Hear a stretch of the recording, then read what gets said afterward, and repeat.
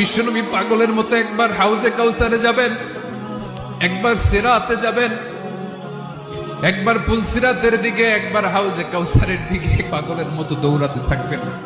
তার কোন গুনাহগার উম্মত যাতে জাহান্নামে ঢুকে না যায়, সেদিন কেউ সুপারিশ করতে পারবে না বিশ্বনবী ছাড়া।